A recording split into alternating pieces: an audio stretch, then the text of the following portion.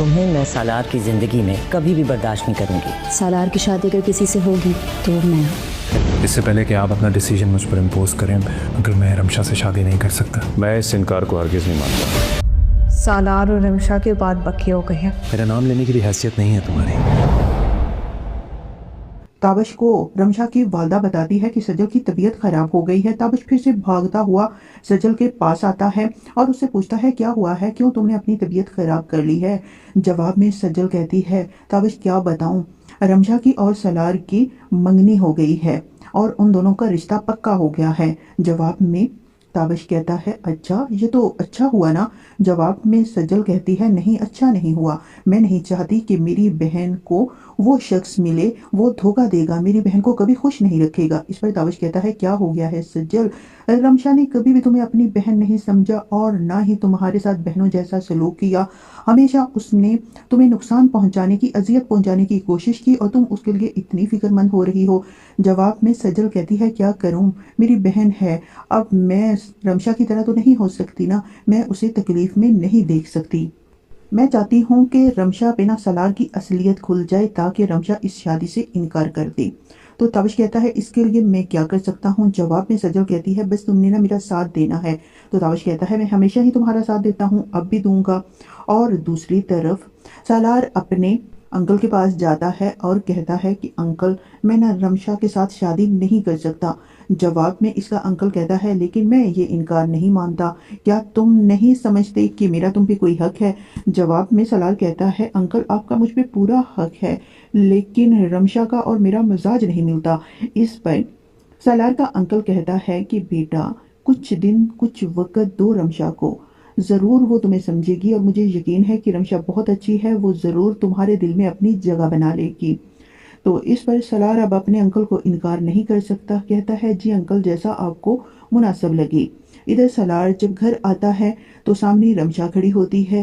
سالار رمشا سے کہتا ہے میرے راستے سے پیچھے ہٹو، تم میرے سامنے کیوں آ کر کھڑی ہو گئی ہو۔ جواب میں رمشا کہتی ہے اب تو مجھ سے دوستی کر لو، اب تمہاری اور میری شادی ہونے جا رہی ہے۔ جواب میں سالار کہتا ہے کہ میں تو تمہاری شکل نہیں دیکھنا چاہتا، تمہیں کیا لگتا ہے کہ میں تم سے شادی کروں گا، ہرگز بھی میں تم سے شادی نہیں کروں گا، یہ تمہاری بھول ہے۔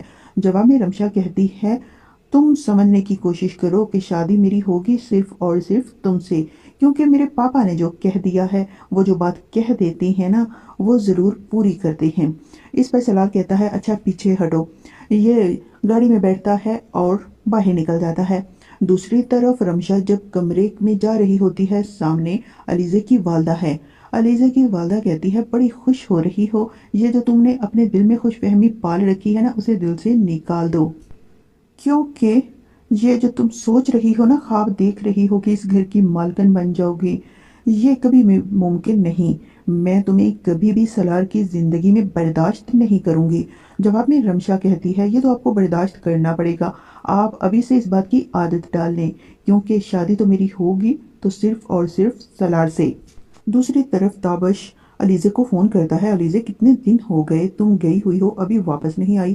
علیزے کہتی ہے تمہیں میری فکر ہے۔ جواب میں تابش کہتا ہے ہاں فکر ہے، اسی لیے تو فون کیا ہے، تمہیں شاید میری کوئی پرواہ نہیں، نہ تم مجھے بتا کر گئی اور نہ ہی تم نے بعد میں فون کیا کہ میں کس حال میں ہوں، وہاں جا کر بیٹھ گئی ہو، کیا تمہارا وہاں رہنے پہ دل ہے، وہاں دل لگ گیا ہے۔ جواب میں علیزہ کہتی ہے نہیں نہیں ایسی کوئی بات نہیں، یہ اسی وقت تیار ہوتی ہے اور گھر واپس چلی جاتی ہے کہ تابش کو میری پرواہ ہے، اس لیے اس نے مجھے فون کیا ہے۔ جب یہ گھر جاتی ہے پھر سے تابش کے پاس مسئلہ آ جاتا ہے سجل کا، پھر سے یہ بھاگتا ہوا سجل کے پاس جاتا ہے۔ اس پر تو علیزہ کو بہت غصہ آتا ہے اور وہ یہ بات برداشت نہیں کر سکتی اور اپنی ساس سے کہہ ہی دے گی کہ تابش کو اگر اس لڑکی میں اتنی دلچسپی تھی پھر مجھ سے کیوں شادی کی، مجھے کیوں نہیں سچ سچ بتایا کہ یہ اس سے محبت کرتا ہے، اس میں دلچسپی لے رہا ہے۔ حد ہوتی ہے آنٹی کہ جیسے ہی سجل اسے فون کرتی ہے یہ مجھے بھی چھوڑ دیتا ہے، آپ کو بھی چھوڑ دیتا ہے، کسی کام کی کسی چیز کی اسے پرواہ نہیں، بھاگتے ہوئے وہاں چلا جاتا ہے۔